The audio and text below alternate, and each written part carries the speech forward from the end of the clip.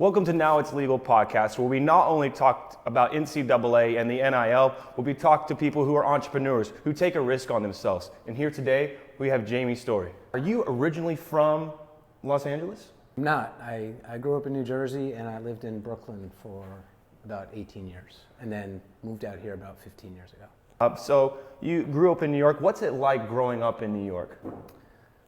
I mean, it's a lot of, you got all the different seasons, you got the different weather, you're in, urban environment. And I grew up skateboarding, so you're just around, you're in the streets and just moving around. What age did you start getting into skateboarding? Around 11, I started skating, just kind of casually, and then it grew from there, Yeah, so you're skating. At what point did you start saying, oh, this is for real, I'm getting good? I think when I started getting product, but you're also like, you're skating with friends and everybody's pushing each other. Sure. So you start to like learn tricks, and then, you build on those. And then when I started getting products and getting sponsors, just you feel like, oh, there's something here. Yeah, there's something there. Yeah. So what was your first sponsor? Was it a local? Was it? Well, the first sponsor was like a skate shop, but then my first product sponsor was this brand. It was Skateworks, and they made like accessories like riser pads and rails and stuff like that. But it was like getting your first box of product as a skater is like, and like with t-shirts and stickers and all that stuff, it's just a great feeling. Yeah, can you remember the first time you got your first like box of product and you're like, I can't believe this is happening? That was it. I had gone to a contest. I did, I guess, pretty good at the contest. And then the guy, I had reached out and we spoke on the phone, and he's like, yeah, I'm gonna send you some stuff. And like they made little accessories, so I was like, oh, I'm gonna get a couple things. He sent me like this big box with all this stuff in there. I remember just being like, this is unbelievable. Yeah. It was like, I had no idea. What age was this? I was 14. So you're 14, and is this in the late 80s, early 90s? This is in the late 80s, yes. Yeah, so for our people watching, give us a breakdown of skate culture during that time. Well, skateboarding was going through a big transition. It was the Tony Hawk and Hosoi and the big ramps, and Bones Brigade and vert skating was the biggest when I started skating. And then it transitioned into our generation of street skating. So less and less people, because it's like, to go skate a ramp or go skate vert, you need the ramp, you need equipment, you need pads, you need all that stuff. Costs a lot of money. Mm-hmm. We're all skaters, and we're on the East Coast. Nobody has ramps. Nobody has equipment like pads and stuff like that. You get it, but it wasn't like the skate park or ramp environment that was in California. Right. So all over the world, if you have a skateboard, you could skate street. Right. All you need is cement and a board. You know what I mean? So that changed. It changed skating. So you said it changed skating, and it's a different environment. So skate culture is really in the hub of California at that point. Yes? Right.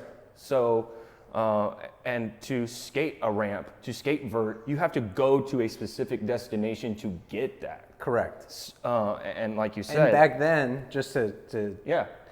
set the stage more, it's like there weren't a lot of skate parks, especially in the East Coast. There was like few and far between.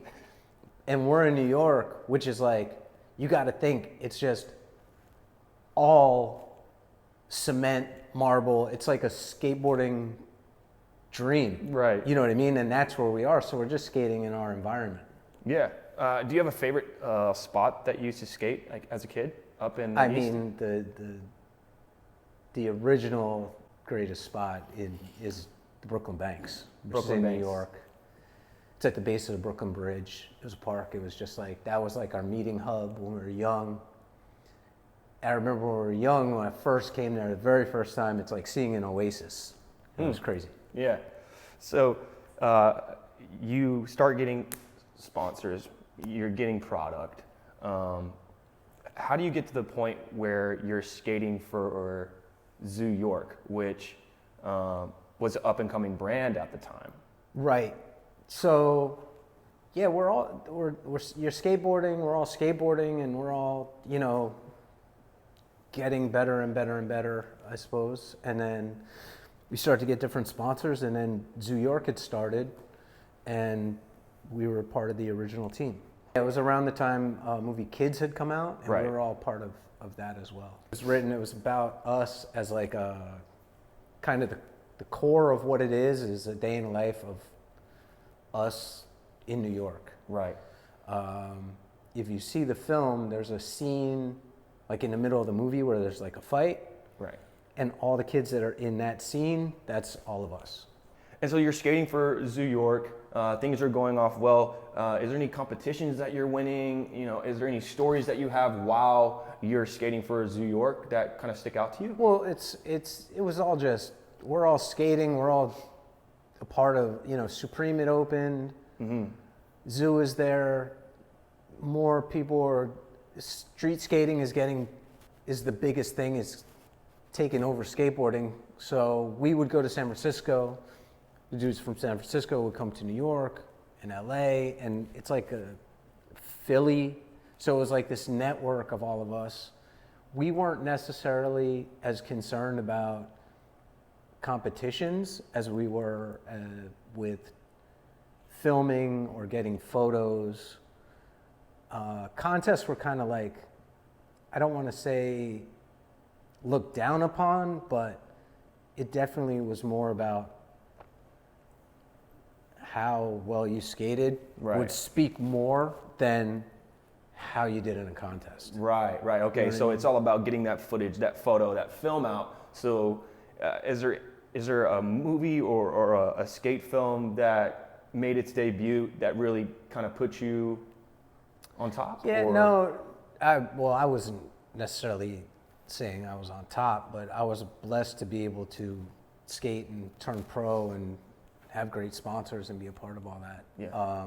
I was in videos from 411, Brooklyn Boards, from a few of other sponsors. Yeah. Getting magazine photos, ads, things like that. That was like, you know, getting into a like your first photo in a magazine is just like, you can't believe it. You know what I mean? Then it's like you're working and skating. Yeah. Do you remember your first magazine? Of course, yeah. Do you have like that magazine? I do. Yeah. Yeah. So that was my first.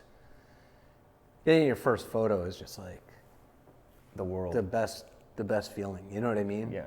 So then it's just skating and doing that, and then I had navigated through different sponsors, and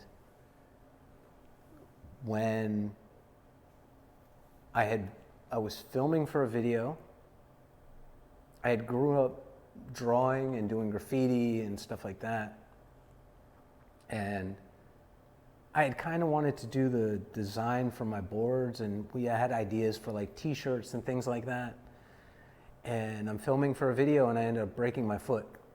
When I broke my foot, a friend of mine had showed me some computer stuff. I ended up getting a used Mac from somebody. It was broken. I took it apart. I fixed it, and I had gotten some of the programs, Photoshop, Illustrator, and I just sat there with my broken foot and like taught myself how to use all the programs. And before like I was walking regularly again, I was doing graphics for companies that I had skated for and doing designs for other people. So it was just that transition kind of happened really fast. So then while I'm still skating, this whole other world opens up. And it says, you know, hey, you know, I had never thought about how you could be creative or do something artistic that would make money. Right. or become something that could sustain, your life. Yeah. I had been getting money from skating, Sure. and I would work other jobs. Now I start designing, and I'm getting design money, which was great. And now it brought me down this other path. Right. So then I start designing, I'm doing graphics, I'm doing t-shirts, I'm doing stuff for Supreme, I'm doing things for other brands, and then I end up doing I was really into music. So That's very much of the skate culture is well, music. we grew up with hip hop, yeah, and metal and punk and all types of music and everything else. But I end up doing covers for albums, for hip hop albums, and that led to me working for a record label. So now I'm doing clothing, I'm working for a record label. We had started a skateboard company of our own. So it was just all this happened really fast, which transitioned into me starting my own brand, which is J Money, which I still do. Yep. And then just kept working at that until I ended up moving to LA. And I still do creative, I still do clothing, I still do all that stuff, and I still try to skate when I can. And then I moved here and fell back into food and the culinary side, and that led into opening Extra. So what? I'm gonna go Sorry back. if I No. went too fast. No. That's great. We got a lot to unpack here. You started doing. You got your Mac, and you started to learn programs, and then you got a record label, and then you said you did some albums for. I worked for a record label. I did some. There was a record store in New York. It was called, and it was actually around the world. It was called Fat Beats. It was an underground hip hop record, like the premier underground hip hop record store. Yeah. And they had managed some artists. They started, a friend who had worked there started his own label. And when I'm designing, he said, "Hey, would you want to work on something?" That led into doing a single or a white label, Right. little things, EPs. until they said, "Hey, do you want to work on this album cover?" And it was for this artist who passed away. His name is Big L. So I ended up working on and doing the Big L album cover. And then at that same time, someone else that I knew was working with this group, wu-tang, Yep. wu-tang Clan. And he had asked me, "Hey, do you want to work on a project or whatever?" And I ended up doing a cover for an album for them. So you did an album cover for Wu-Tang. That's right. What album was that? It's called The W. And then, With the Wu-Tang Clan logo? not the logo, the Wu-Tang logo was already done, Okay. but it was their third album. It was called The W. You're doing so much. No, and it's and you're very versatile, and then you're honing in on a skill like creating album covers. right. How does that translate to what you're doing when you're skating? What you do when you're being your culinary artist as well? How is that all gelling together? I mean, it's all about, execution, right? From skateboarding, the one thing I think that you learn is that you just have to try. You know what I mean? You can try a trick, and you just keep trying it till you do it. Then you do it, then you want to do it better. Then you want to do Cleaner. it better. Yes, perfect. Bolts.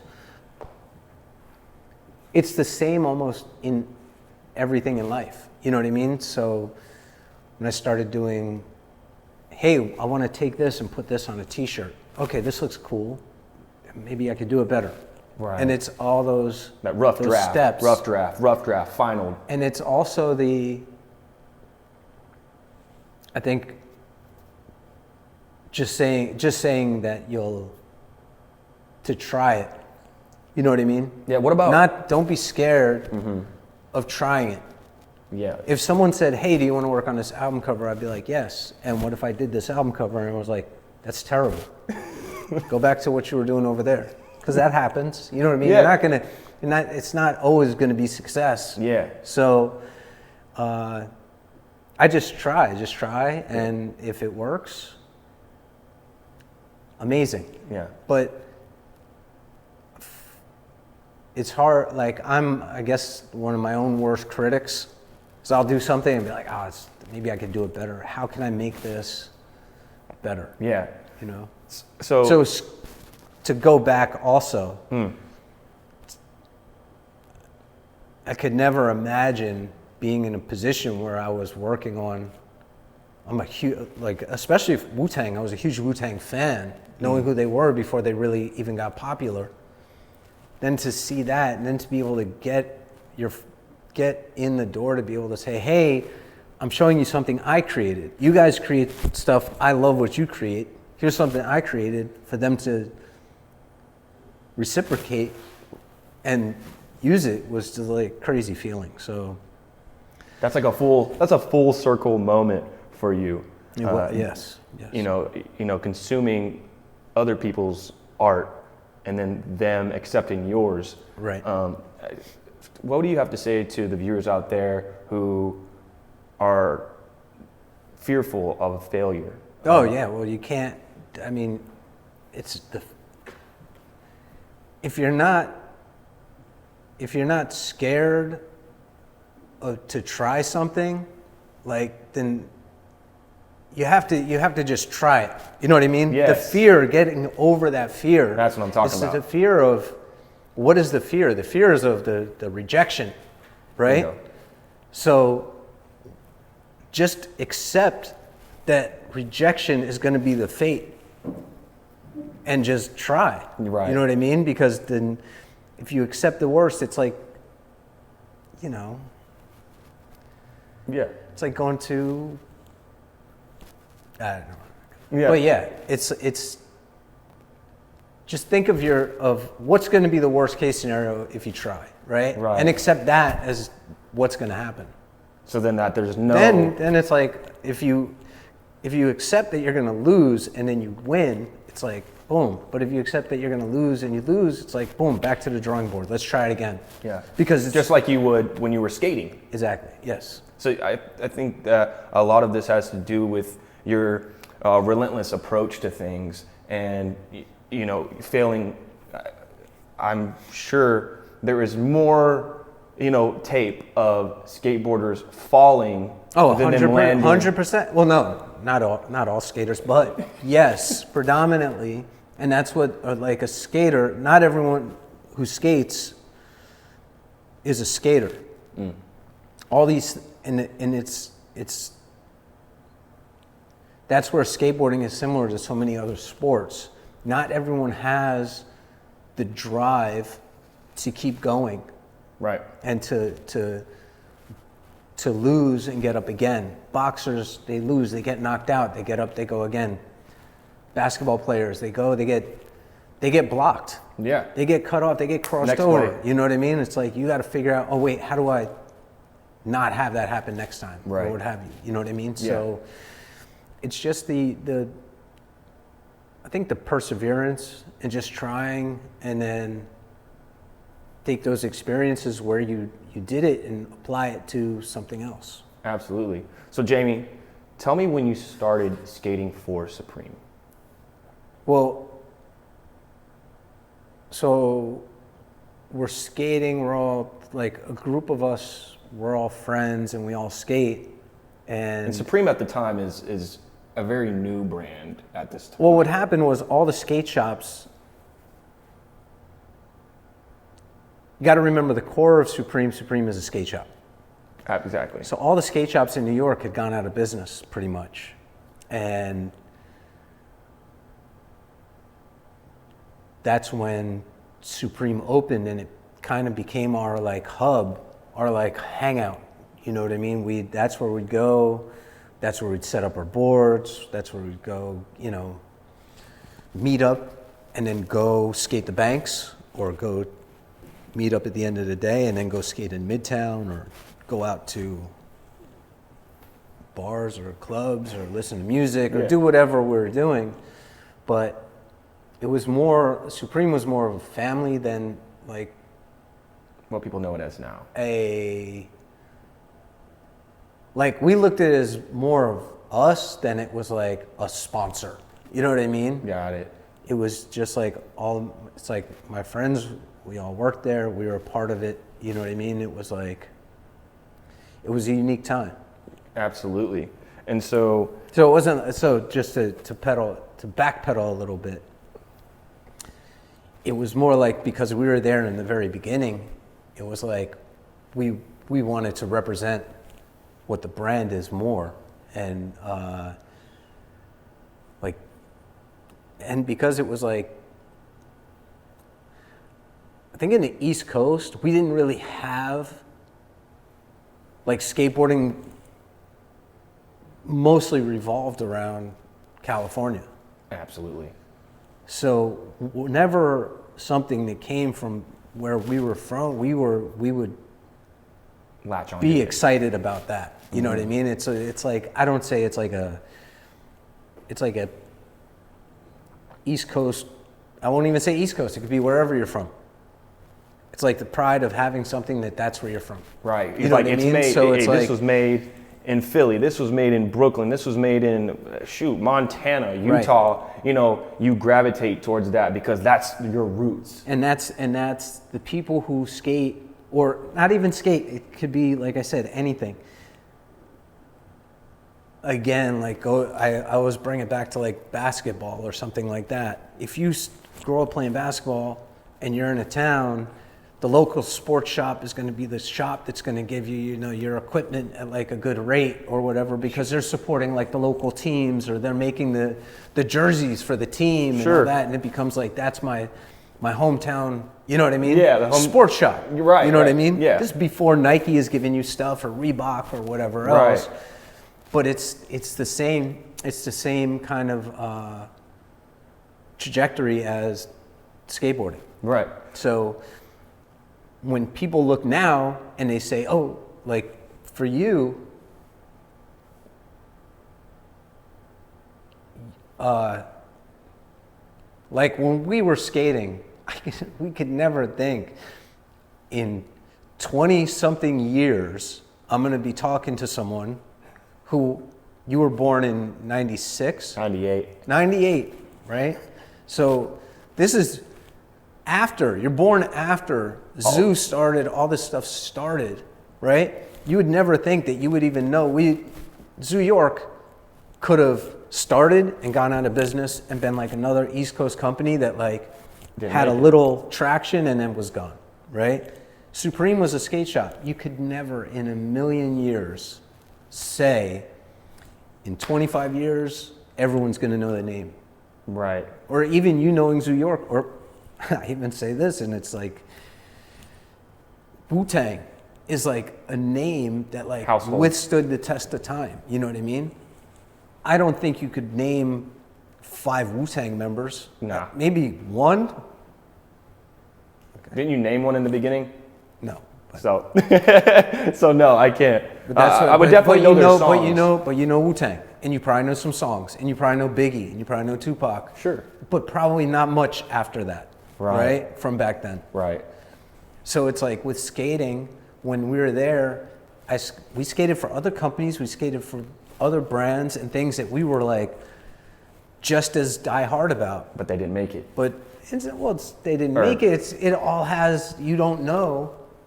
And there was companies that were like 100% like the biggest brands in skateboarding, which people wouldn't know if you said them right now. Mm-hmm. But they were way bigger than Zoo at the time, or Supreme was a skate shop at the time. Right. And it was just like,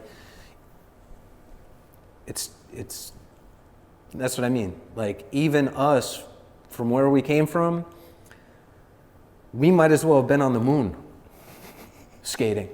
Like nobody, like skate photographers would come from California. Yep. Once a year, twice a year to New York in the summer, or when they were on tour and they'd pass through and get a few pictures. It wasn't like we didn't have filmers, we didn't have photographers. Us getting, that was, dude, it's like, it wasn't there. Yeah, It wasn't iPhone. there. A camera was like thousands of dollars. And they were big. Well, no, this is a little after that. Like, they had gotten a little smaller. Sure. But like when we filmed the first zoo promo video, that was a camera that was lent to us that we all would film each other. I'm skating behind the other skater, skater skating behind me. Like that's how it was. It was like me, you, us three. Yeah. We go to a skate spot. You're filming me. I'm filming you. Video's all messed up. It's all shaky. It's all, you know what I mean? But it's pure. You know what I mean? Yeah. So. Did you ever break any cameras while filming? No. No. Thank goodness. Yeah, I just think handing your... It was, but that was like a fear because you didn't have the money to pay to reimburse No. for that camera. Because if you did, we'd have a camera. You know what I mean? Absolutely. And you want to skate. You don't want to film. No. Yeah, you're just like begging not to be on camera duty. But until the mid '90s came and New York became like a destination for people, then someone who from Texas, RB, moved to New York and he was skate filmer and videographer. Right. And he started filming all of us, you know what I mean? And that was like a huge blessing. Then, younger kids who were coming up when we were skating, they said, oh, maybe I could take skate pictures. And then Right. before you know it, they're able to submit their pictures into magazines. Then they're getting paid for ads. So it became like this whole kind of like, Culture. I feel like with street skating, when it started to expand, all these places like Tokyo, Europe, and Paris, London, all these skaters, now someone can take pictures, now someone can film, and then you can submit it into these magazines, and then they start getting this more global coverage. You know what I Right. mean? So it was amazing. It's amazing. Did you ever look up to any professional skaters growing up? And who? Of course. Gons. Mark Gonzalez. A bunch of skaters, great skaters. I don't want to go down the list. And our friends, we all pushed each other. You know what I mean? We always felt like you'd see someone skate and you say, that guy is the best skater I've seen, or this guy did the best trick I've seen, right? Regardless of what you see in a magazine or regardless of what you see, in a video. And it took that time, like I said, until people started seeing other people skate and seeing the footage and people Yep. coming to see people live. To really a great example would be, and I hope you know what this is. A great example would be N1. Okay, yeah. N1? Mixtapes, So N1 mixtape, these are these underground street basketball guys who you hear about. This was all legend before that. You'd hear about some guy Yeah. doing some crazy thing. You'd be like, oh yeah, right, whatever. You know what I mean? Sure. Yeah. I'm sure you thought that was the best thing you've ever seen.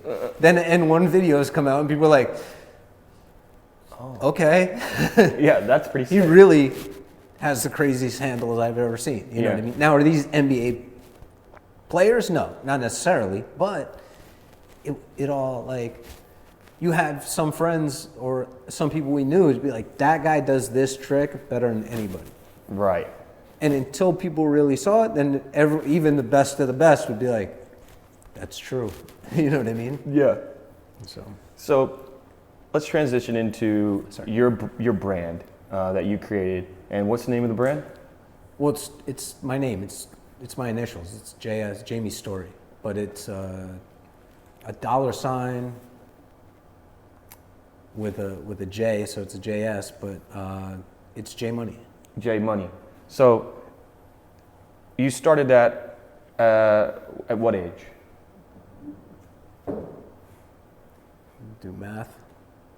20? 30. Yeah. So, you started it at age 30.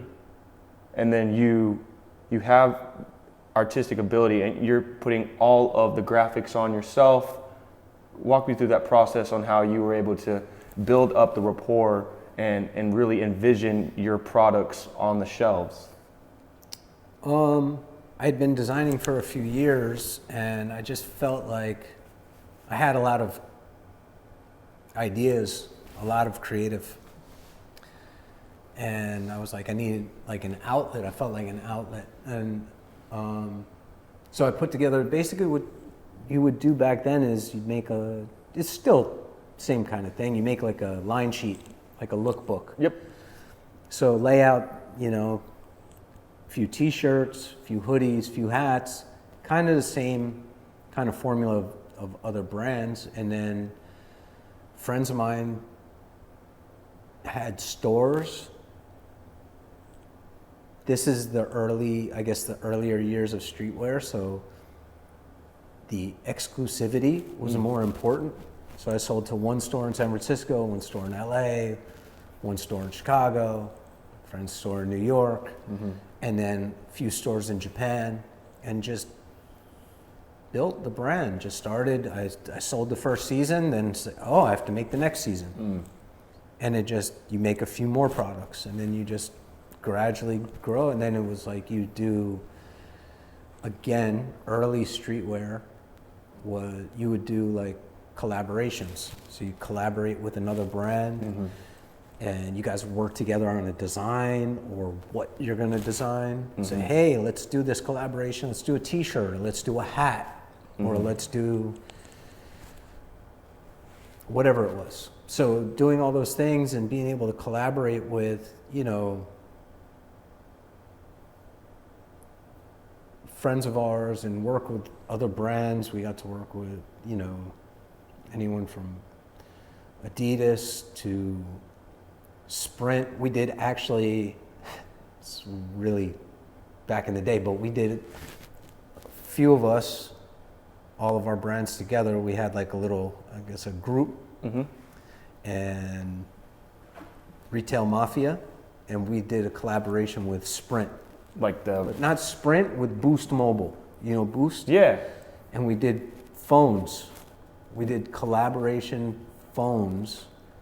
You're gonna have to show me a picture of that. I'll send it to you. Yeah. We'll pop it up on the screen. We did the collaborate, and this is flip phones. This Sure. is before. Smart. This is like Chirp. They had the Chirp. It was like the Nextel and Boost were kind of together. So it was a great project, but it's definitely one that I feel like Boost took a chance with us. We're just like t-shirt brand, not t-shirt, but we're a streetwear brand. Right. So they're like, let's collaborate with you guys. And we all designed, it was like 6 different phones. And it ended up being it was a great, great project. Yeah. It's fun. You know what I mean? Go ahead. Yeah, no, go. Do you have any of the phones still or anything like that? Yeah, I have a phone. I think I have one phone that I kept. The way we did it, because we did the whole project, it was called Retail Mafia, and we did. The phones came in we made a whole it was like a set. So the phone came in like a little briefcase. Yeah. And then in the briefcase would be like a T-shirt that we so we do the design, collaborate to design the phone, then the T-shirt that came with it. Everything was limited, so it was like 50 of each. That's it. Ooh. And then the phones were available exclusively through the brand's stores.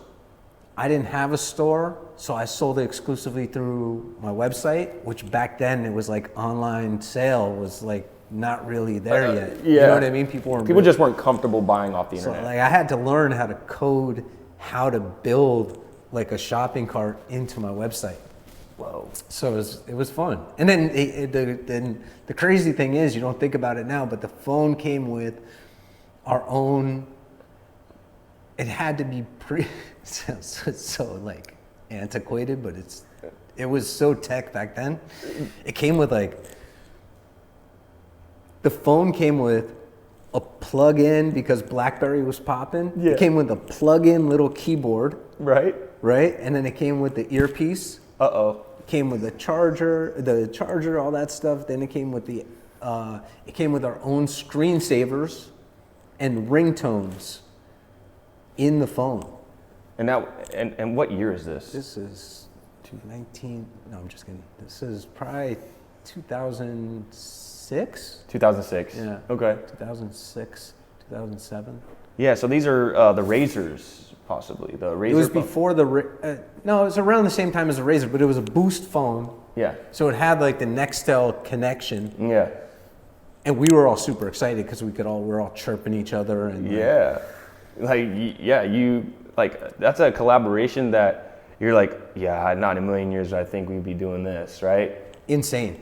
Yeah. Insane. And actually I still am like a super, like, I feel like tech guy. Like I love, like, had to have the smallest Walkman or whatever, the techest stuff, from cameras to everything else. Yeah. So then we're doing the phone, and there was this website called Engadget. Okay. And Engadget was like it was like the techest news, like whatever super tech was coming out, that was like the blog. It was like a blog. And if it was I was on Engadget every morning, like, yo, Sony's coming out with this, or the Apple's coming out with, you know what I mean? It was before the iPhone, so I just hit them up randomly. I'm like, hey guys, we're working on this thing. Maybe you'd want to check it out. I thought they'd totally be like, whatever, like, yeah. Dude, they put it like a feature, like it was like crazy. Whoa. Yeah. That's pretty wild. And so now, from one collaboration to the next, and I really just take a group of like-minded people to make things happen. Right, but then you got to think of this in the grander scheme of things. What we had been doing, I guess, and I don't say we, like I did it, but like our whole streetwear was building and working with each other and other brands and other shops and doing exclusive colorways for certain stores and things like that. Mm-hmm. Now that's kind of like the landscape of every product, right? You can't go anywhere without a collaboration. You have Cheetos at Burger King. Yeah. You know what I mean? Exactly. Like every brand you think of, they do, Apple will do a special product color with someone for the charity. Nike, the sneaker brands, they do collabs and special color, all this stuff. That all came from and again, not saying that it all came from that, but that was a huge part of everything that we did. Yeah. So leading up to, and I think like the biggest probably one was Supreme Louis Vuitton.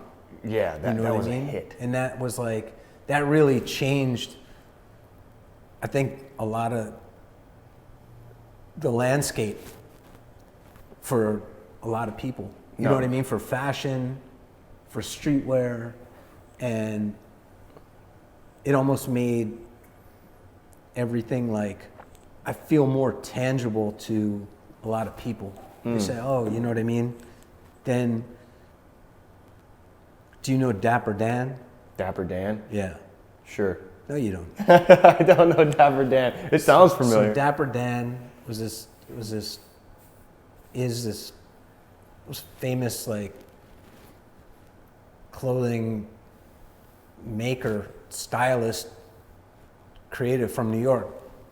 And he would take Gucci fabric and Louis Vuitton fabric and make it into jackets and like hats, or like put a Nike swoosh, a Gucci Nike swoosh on a Nike in the 80s. Oh, shit.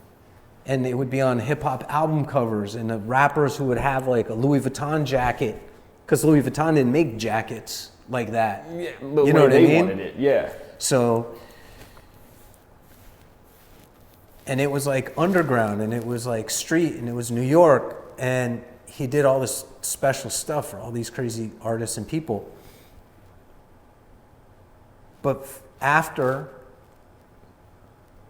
this whole thing happened with Supreme and Louis Vuitton is when Gucci reached out and said, we want to do something with you, Dapper Dan. Where he used to be looked at as like a knockoff. Yeah, like a bootleg. Like we would never associate ourselves with anything like that. Right. But now it becomes like, now Gucci's like scrambling backwards and being like, oh, you know what I mean? Ralph Lauren, Polo, we were all poloed out. We would wear polo in the street all day, every day. Especially with Kanye West rocking polo before that. Kanye West. But Kanye comes from that as well. Yeah. Polo would never in a million years want to associate with the street and the hoods or the people wearing the clothes, right? Because it doesn't translate to their customer. But that was their customer. Now they work with the lowlives and they'll work with people from that era and say, well, we really appreciate. You know what I mean? Mm-hmm. It's gone now. It's gone like full circle. Oh, but absolutely. it took that long, right? Because if it didn't, if all the stuff I'm talking about didn't last, like some of those brands that didn't last, right? Yep. If none of it lasted past 98, right? Mm-hmm. If hip hop fell off, right? Right. Which it was, everyone kind of thought, no one would ever think that hip hop would be the biggest music for 30 years or however long. Right. Platinum. No one ever thought that. No. So if it did plateau back then, there would be no Dapper Dan Gucci collab. There would be no going back and saying the low lives or anything like that. Right. It took the perseverance and all these years of people saying, oh, this is why you did that. Right. You know what I mean? Absolutely. It's like,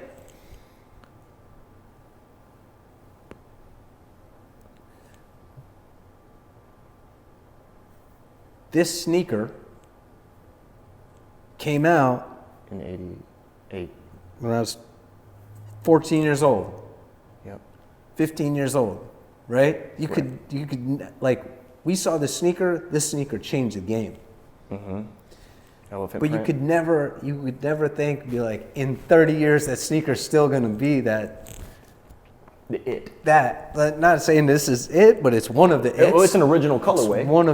It's one of the sneakers that changed sneakers. But we just saw it as it happened. Right. We just liked it like when it was there. Right. You know what I mean? Yeah. So it's crazy to see that like longevity. Yeah, Jordan 3 is the first time the air bubble had made its debut on a basketball court. And to think now everything has an air bubble, it's in Nike products, it's still prevalent even since 1988. These are $100 sneakers when they came out. It was like sneakers before this, like sneakers like that, those are like, sneakers are like $40. Right, you Converse, right? Oh, what are you rocking before Jordan? Nike's Adidas, Puma. Like a big sneaker was like the Puma Clyde. Yeah. Walt Frazier. The Adidas, when Adidas came out with the shell toe, that was a huge sneaker. Still is. Exactly. And then like the Dunk, the Air Force One, they were like, it was more about the symbol. And then when they came out with the Air technology, and they were gonna come out, when they came out with the Air Max with the clear bubble. Yup. It like, when you say now, like broke the internet, like that's what it did. Like, because there was nothing. Like it was like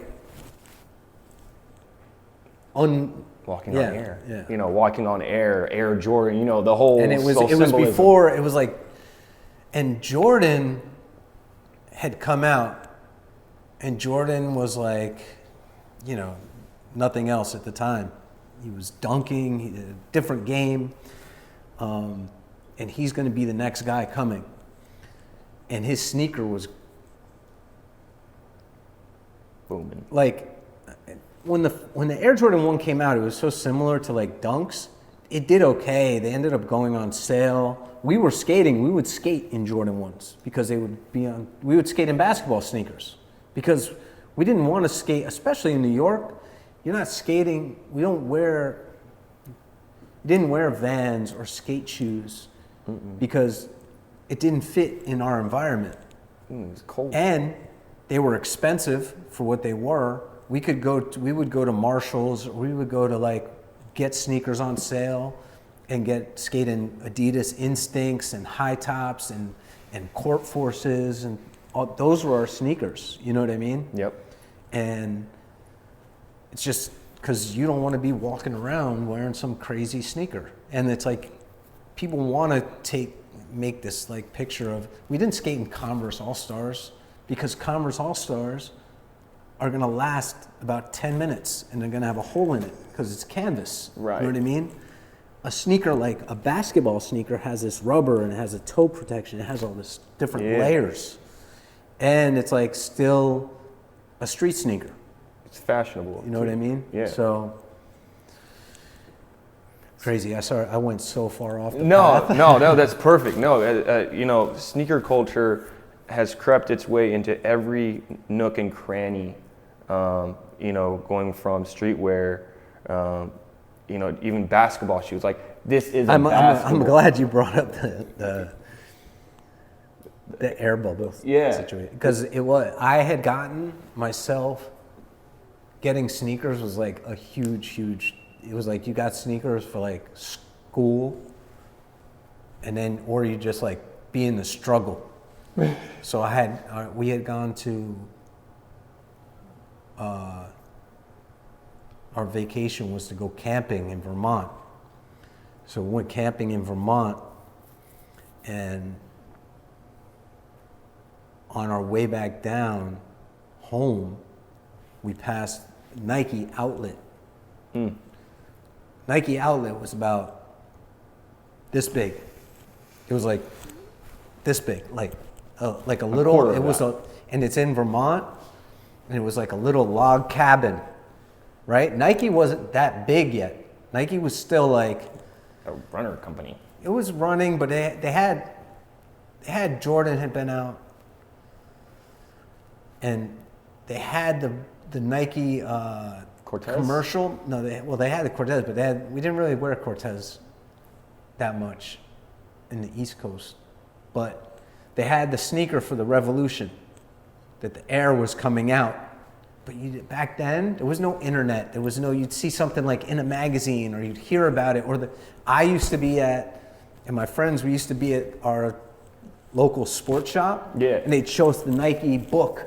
Here's what's coming. Yeah. Like, yo, can you order those? Or like, we'll see what we could do. Like, you know what I mean?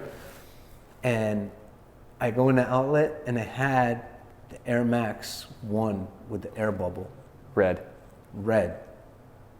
And and it was at the outlet, and I want to say they were like $50. They might have been like 55.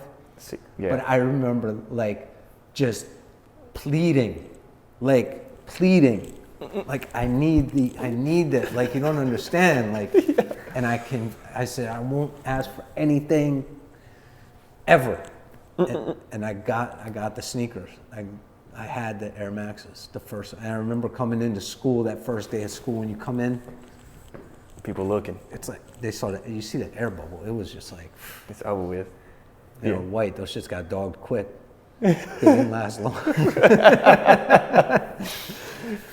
Yeah, I actually have the original Air Max 1 in the red color, like right here, tattooed on me. Oh, really? Yeah. Oh, so you love sneakers. Oh yeah, I'm a big sneakerhead. What's your favorite sneaker? That's your favorite sneaker? Yeah, Air Max 1 is my favorite sneaker of all time. See? Yeah. So when you're saying that, I was like red. You know, I knew that was the history is just iconic, very iconic. And it was like that, like those certain little things, those little like these things that happen in our lives that you would see, like a sneaker would come out or something would come out. It would be like, I don't know what it was. It was just like, I just liked it. I remember another big one, really big one, was Air Max 95. When the Air Max 95 came out, it was like unlike anything in the landscape, especially the color. Because sneakers before that were like, it was the neon yellow with the black, up the dark gray up to the light gray. Yeah, right? okay, where the Volt. The type. Volt. Yeah. And it looked almost like a hiking sneaker. Like it was hard to kind of figure out what it was. Still had like the little nipples on the bottom of it, you know. But it was just like different. I was like, need that. Like, I need that. Like, it was. Because before that, sneakers are white with red or white with blue. Nike had a crazy standard that was always like white sneaker, red check, red sole. You know what I mean? Air Force One or Dunk or Nike. It was always like something similar. Mm-hmm. So, that's definitely, I can definitely relate to that. And it doesn't matter what era you grow up in. That's how much of a staple it has created and the type of culture that it has had an impact on. You know, for some people, for some kids growing up, it'll be the Ultra Boost. You know what I mean? It'll be that 100%. You know and what I mean? that's like, and people want to push away from like what's new, and it's kind of like it's inevitable. It's I always embrace and love like the newer.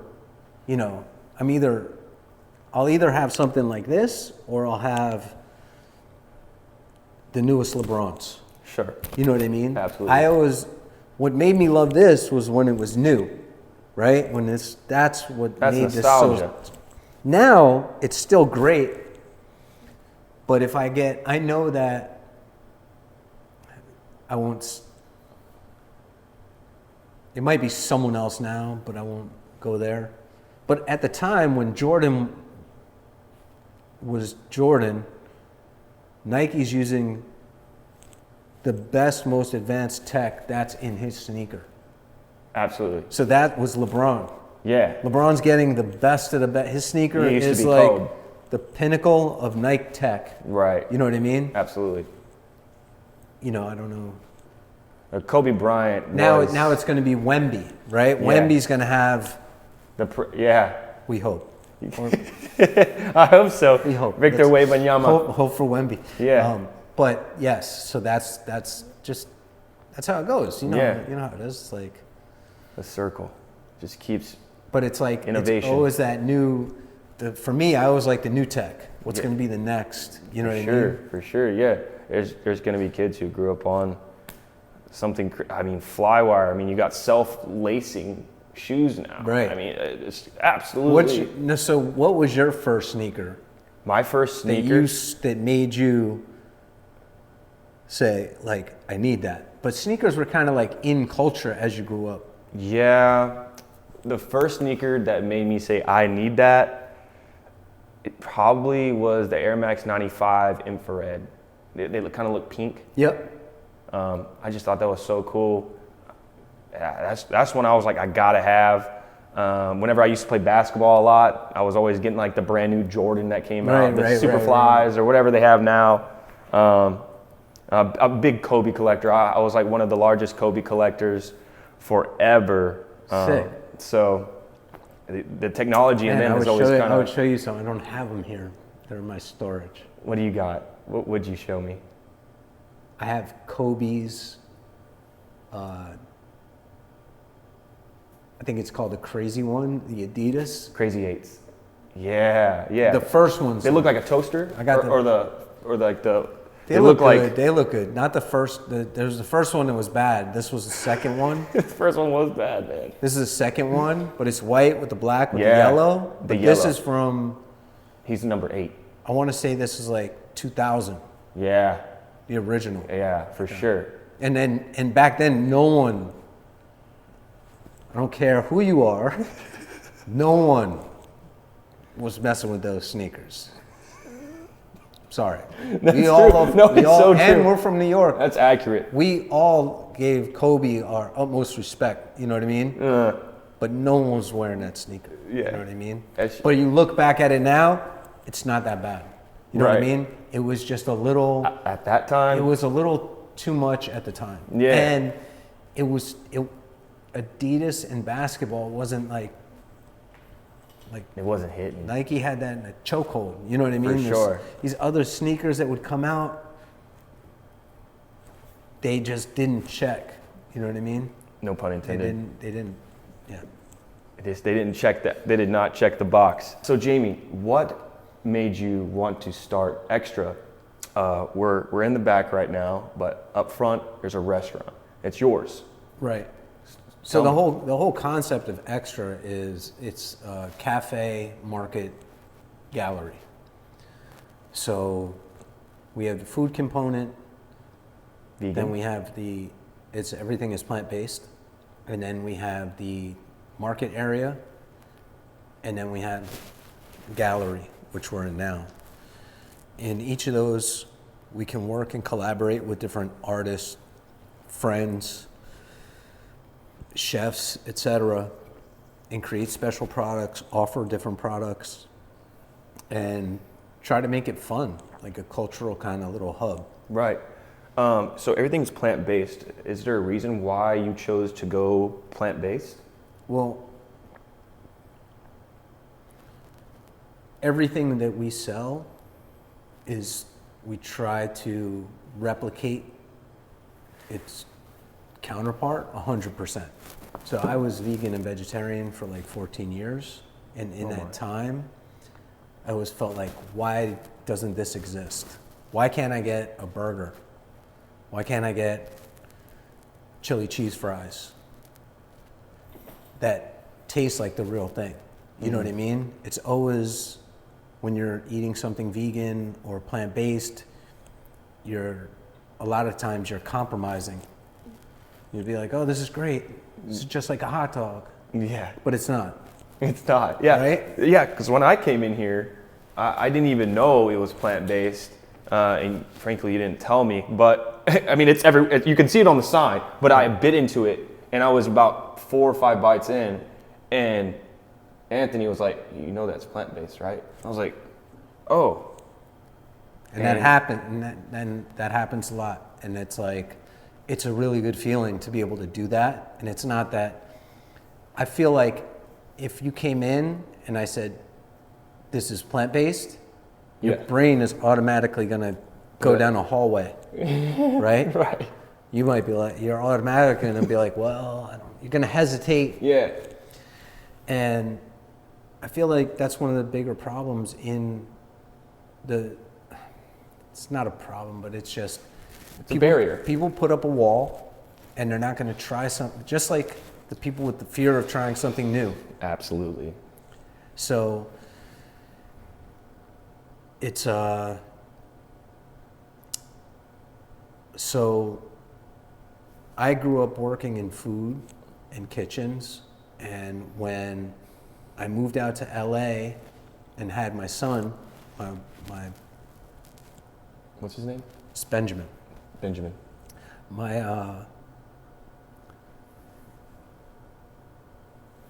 I had moved out to LA, so it's like a different environment. My wife, Regina, she wants to have people over all the time. Right. So now we're entertaining, and now I have a family. I'm cooking more. I'm in LA. I have a yard with a barbecue. You know what I mean? I have a kitchen. I'm cooking. I start falling down this food rabbit hole. And I had to learn how to make pizza because there was no good pizza here in LA at the time compared to New York. So I start and I boom, boom, boom. And then that led me down this path of just like cooking and creating and trying to figure out how to manipulate food. Right. To the point that people saying you should think about opening a restaurant. And I kind of felt